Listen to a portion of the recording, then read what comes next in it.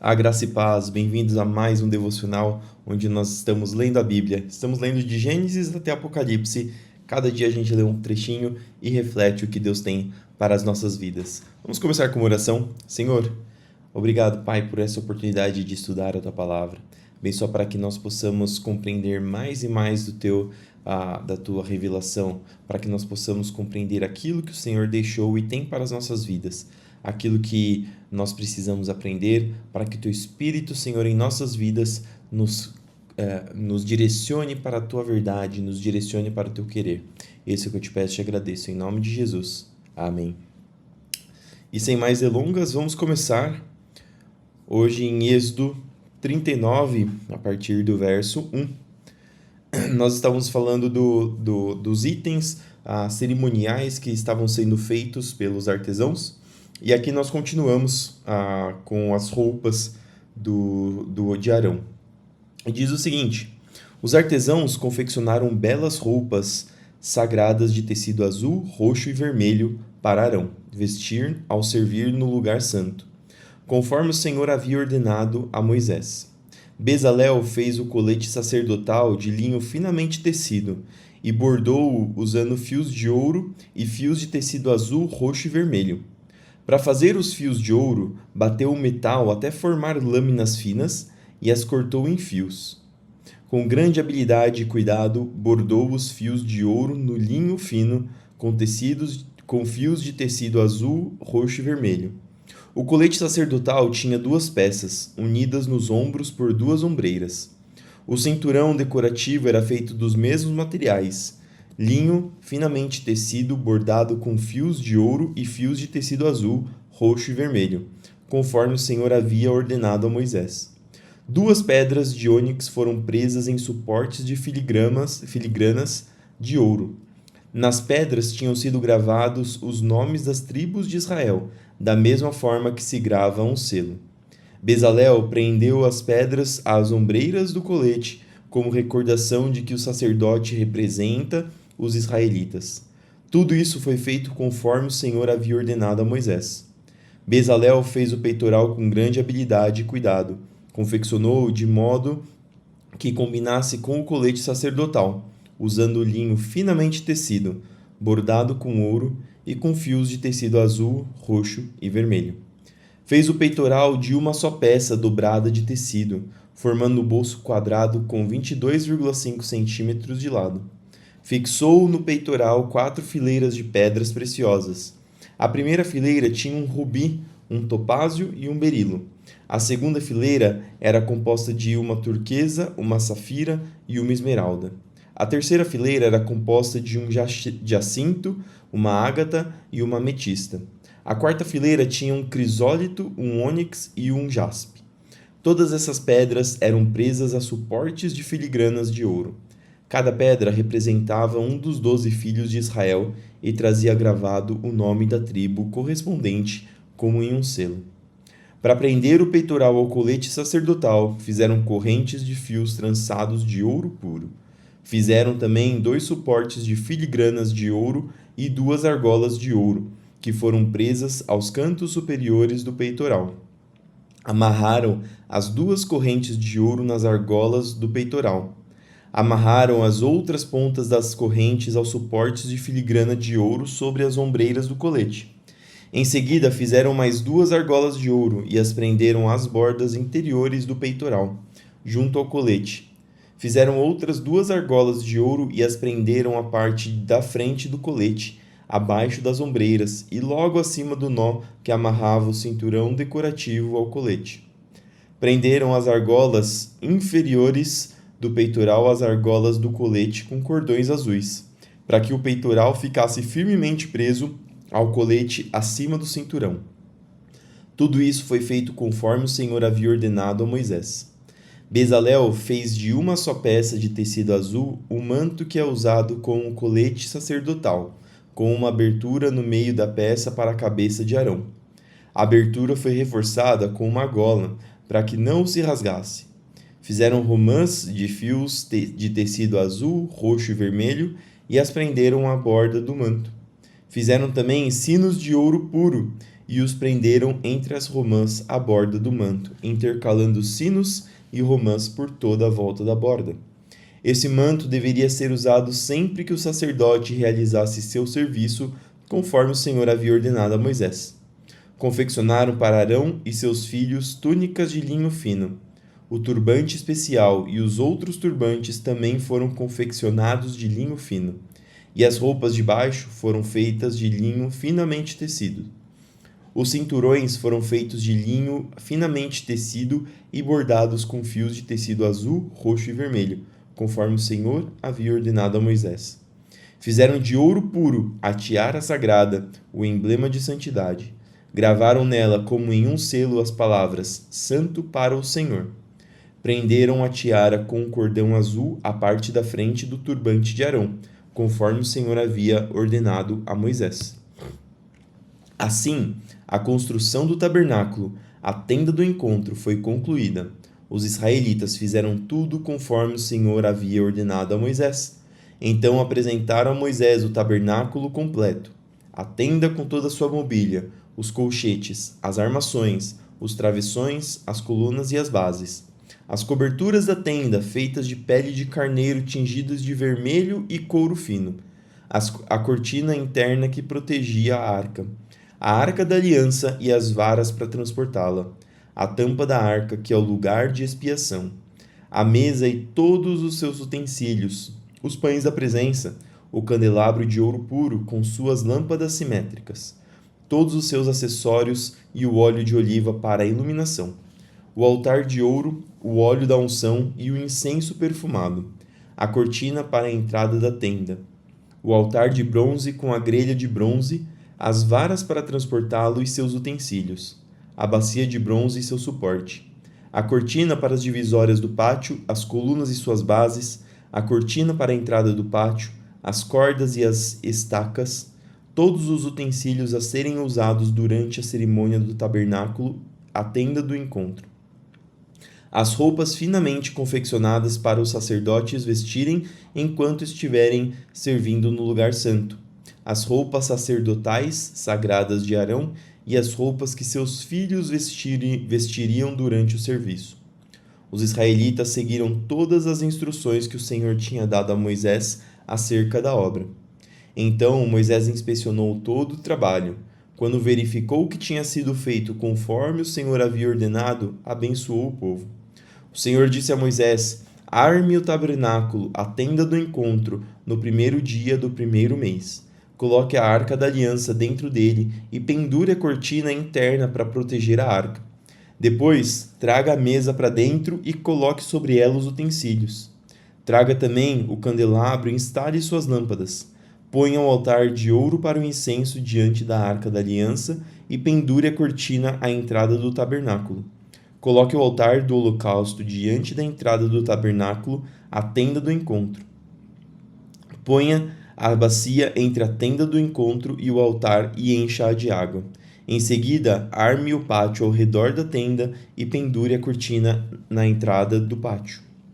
Pegue o óleo da unção e unja o tabernáculo e toda a sua mobília para consagrá-los, assim ele será santo. Unja o altar do holocausto e seus utensílios para consagrá-los, assim ele será santíssimo. Depois unja a bacia e seu suporte para consagrá-los. Traga Arão e seus filhos até a entrada da tenda do encontro e lave-os com água.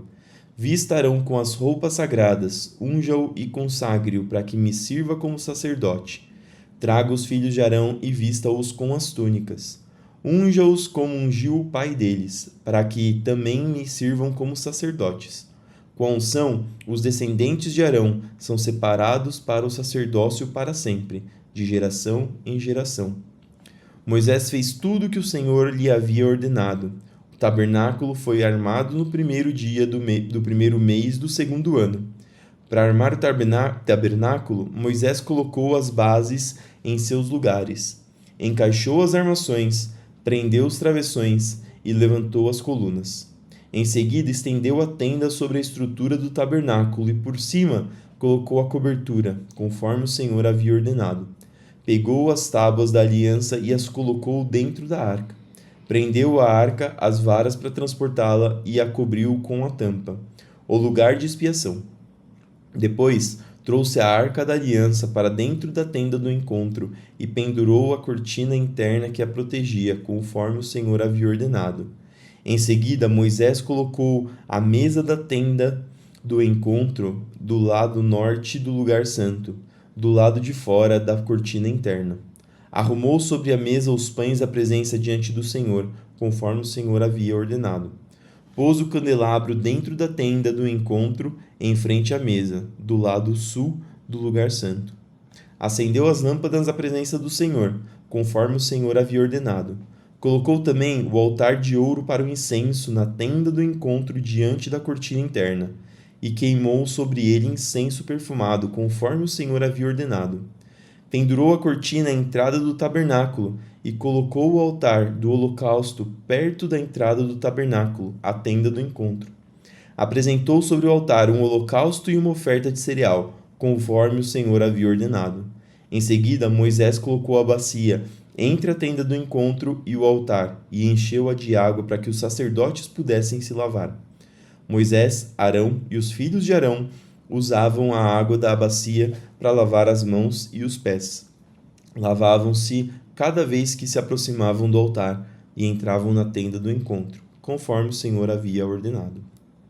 Moisés pendurou as cortinas que cercavam o pátio ao redor do tabernáculo e do altar e colocou a cortina à entrada do pátio. Assim, Moisés finalmente terminou o trabalho. Então a nuvem cobriu a tenda do encontro e a glória do Senhor encheu o tabernáculo. Moisés não podia mais entrar na tenda do encontro, pois a nuvem estava sobre ela e a glória do Senhor a enchia. Sempre que a nuvem se levantava de cima do tabernáculo, os israelitas seguiam viagem. Mas se a nuvem não se levantava, permaneciam onde estavam até a nuvem se elevar. Durante o dia, a nuvem do Senhor pairava no ar acima do tabernáculo, e à noite, fogo ardia dentro da nuvem, de modo que todo o povo de Israel podia vê-la. E isso ocorreu ao longo de todas as jornadas dos israelitas. E aqui nós terminamos o livro de Êxodo. Então, acabamos de ver o povo de Israel saindo do Egito, Deus livrando eles escapando, atravessando, passando por diversos milagres, atravessando o mar, entrando no deserto e Deus começando a dar para eles um sistema de leis. E para terminar, Deus trouxe também como que ele queria ser adorado, tanto o lugar em que a adoração iria ocorrer, o tabernáculo, assim como os utensílios, assim como as roupas que os sacerdotes iriam utilizar para adorar ao Senhor. E Êxodo termina dizendo que eles concluíram tudo. Eles fizeram a coleta dos itens para construir o tabernáculo e eles tiveram os artesãos que construíram tudo. Então nós vemos que Êxodo foi essa jornada de libertação e instrução para que o povo verdadeiramente virasse povo de Deus. E nós também ontem terminamos o livro de Mateus. Então hoje a gente começa o livro de Marcos. Eu só peguei algumas informações aqui também antes da gente começar, só para ter uma introdução ao livro de Marcos. Primeiro, Marcos não foi um apóstolo. Então diziam que ele foi designado de várias formas. Uma delas era João, cujo sobrenome era Marcos, lá em Atos 12. Ou então sempre chamavam ele de Marcos depois disso. Diziam que ele era um discípulo, provavelmente ele se converteu com alguma pregação de Pedro e ele andava sempre com os apóstolos. E diziam que talvez ele tenha sido um dos intérpretes aí de Pedro e tudo que ele escreveu no Evangelho segundo Marcos veio do seu contato com os discípulos, aqueles que realmente andaram na presença de Jesus. E ele tem algumas características. Então ele é um evangelho curto. Dizem que ele foi feito para um povo que estava em perseguição, então precisava de algo rápido, as histórias e o evangelho de maneira rápida, que as pessoas que estivessem sendo perseguidas conseguissem talvez esconder os manuscritos ele também é um evangelho que traz muito poder sobre os demônios. Então, existem muitos relatos sobre a interação de Jesus com os demônios. É um evangelho de muitas maravilhas, então, muitos milagres que Jesus fez está nele justamente para dar encorajamento aos cristãos que estavam naquele momento passando por perseguição. E por fim, ele é um evangelho para os romanos. Então, grande parte da cultura judaica, então as profecias judaicas, ou então mesmo as partes que correspondiam aos costumes judaicos, não são encontrados aqui no Evangelho de Marcos. Então, essas são algumas características do Evangelho de Marcos, e hoje a gente começa a ler o Evangelho de Jesus segundo Marcos. E diz o seguinte: este é o princípio das boas novas a respeito de Jesus Cristo, o Filho de Deus. Iniciou-se como o profeta Isaías escreveu: envio o meu mensageiro adiante de ti, e ele preparará teu caminho. Ele é uma voz que clama no deserto: prepare o caminho para a vinda do Senhor. Abram a estrada para ele. Esse mensageiro era João Batista. Ele apareceu no deserto, pregando o batismo como sinal de arrependimento para o perdão dos pecados.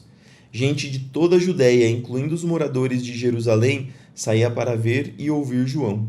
Quando confessavam seus pecados, ele os batizava no rio Jordão. João vestia roupas tecidas com pelos de camelo e usava um cinto de couro, e alimentava-se de gafanhotos e mel silvestre. João anunciava: depois de mim virá alguém mais poderoso que eu, alguém tão superior que não sou digno de me abaixar e desamarrar as correias de sua sandália. Eu o batizo com água, mas ele os batizará com o Espírito Santo. Certo dia, Jesus veio de Nazaré, da Galileia, e João o batizou no Rio Jordão. Então aqui Jesus começa o ministério dele com o batismo.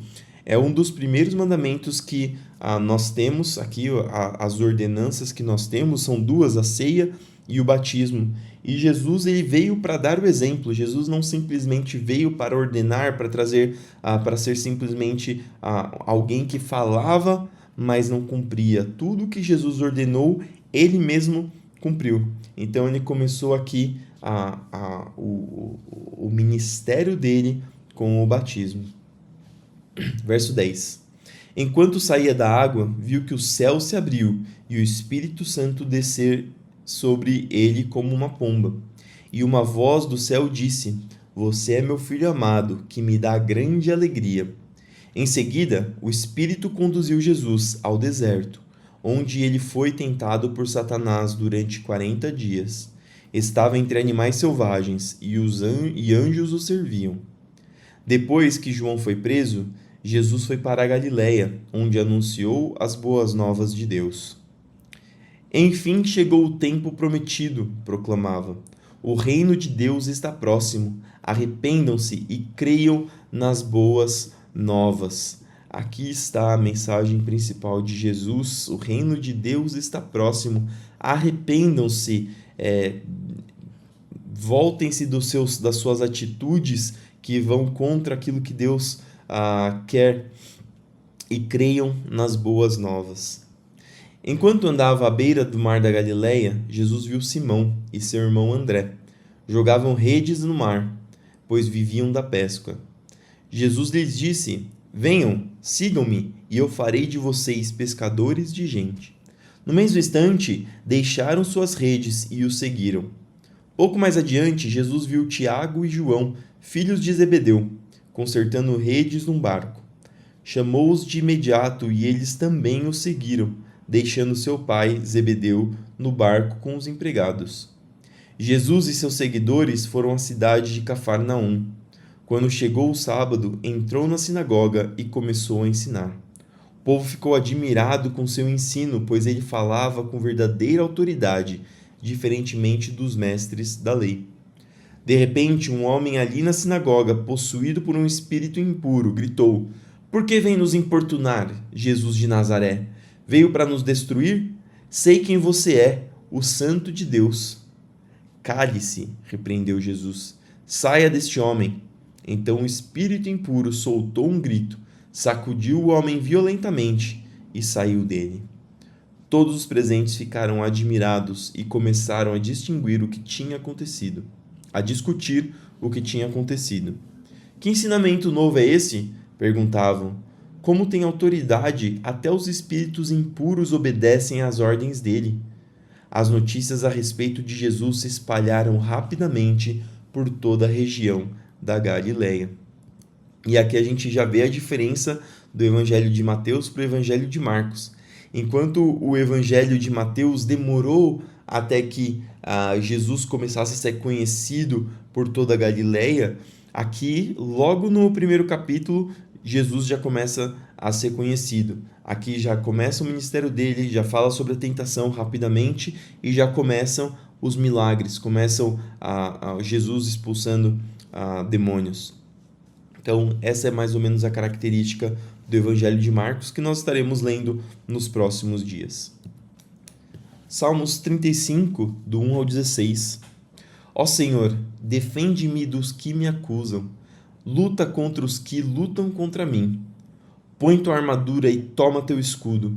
Prepara-te para a batalha e vem me socorrer. Levanta a tua lança e teu dardo contra aqueles que me perseguem. Que eu te ouça dizer, eu lhe darei vitória. Sejam derrotados e humilhados os que procuram me matar. Recuem envergonhados os que planejam me prejudicar. Sopra-os para longe como palha ao vento, e que o anjo do Senhor os disperse. Torna o caminho deles escuro e escorregadio, que o anjo do Senhor os persiga. Não lhes fiz mal algum, mas eles me prepararam uma armadilha. Sem motivo, abriram uma cova para me pegar. Portanto, que venha sobre eles destruição repentina, sejam pegos na armadilha que me prepararam, sejam destruídos na cova que abriram para mim. Então me alegrarei no Senhor, exultarei porque Ele me salva. Eu o louvarei com todos os ossos de meu corpo. Senhor, quem se compara a ti? Quem além de ti resgata o indefeso das mãos do forte? Quem protege o pobre e humilde daqueles que os exploram? Testemunhas maldosas depõem contra mim e me acusam de crimes que não cometi. Pagam-me o bem com o mal. Estou desesperado. Quando eles ficavam doentes, eu lamentava, humilhava-me com jejuns por eles. Mas minhas orações não eram respondidas. Como se fossem meus amigos ou familiares, eu me entristecia, como se lamentasse por minha própria mãe. Mas agora, em minha aflição, eles se alegram, triunfantes, juntam-se contra mim. Pessoas que nem conheço me atacam, agridem-me sem cessar. Zombam de mim e me insultam, rosnam e me mostram os dentes. E por fim, Provérbios 9, do 11 ao 12. A sabedoria multiplicará seus dias e tornará sua vida mais longa. Se você se tornar sábio, o benefício será seu. Se desprezar a sabedoria, sofrerá as consequências. E essas foram as palavras que nós tínhamos para hoje. Espero que elas continuem ressoando no seu coração, no nosso coração, e para que nós continuemos meditando nelas. Vamos fazer uma oração para terminar esse momento? Senhor, obrigado, Pai, por mais essa palavra. Obrigado, Pai, por mais essa oportunidade de aprender mais de Ti. Que o Seu Espírito Santo continue fazendo a obra nos nossos corações, fazendo com que nós consigamos entender e memorizar as palavras que são lidas, para que nós possamos pregar e anunciar o Teu Evangelho. Abençoa, Senhor, esse dia para que seja um dia de glória, Senhor, um dia em que nós Te louvaremos na Tua casa. Abençoa aqueles que vão trabalhar, aqueles que vão estudar, aqueles que vão ficar em seus lares. Abençoa aqueles que vão sair para a igreja, Senhor, para louvar e engrandecer Seu nome nesse domingo. Abençoa para que nós estejamos protegidos e guardados pelo Teu poder, Senhor, pelas Tuas mãos. Abençoa aqueles que estão doentes, Senhor, cura e liberta. Abençoa aqueles que estão, Senhor, desempregados, para que o Senhor abra a porta e traga sustento. Abençoa aqueles que estão desesperados e cansados, para que o Senhor traga descanso e refrigério, Senhor. Continua conosco, operando maravilhas em nosso meio. E abençoa para que nós possamos continuar, Senhor, a cada dia nos aproximando de Ti, a cada dia ficando mais parecidos com Cristo. Que o Senhor nos conduza pelo seu caminho, Senhor. Isso que eu te peço e te agradeço, em nome de Jesus. Amém. Amém? Que você possa ter um dia abençoado, para que você, se você já não foi a cultuar ao Senhor, que você possa ir em paz, cultuar ao Senhor, receber mais e mais dele.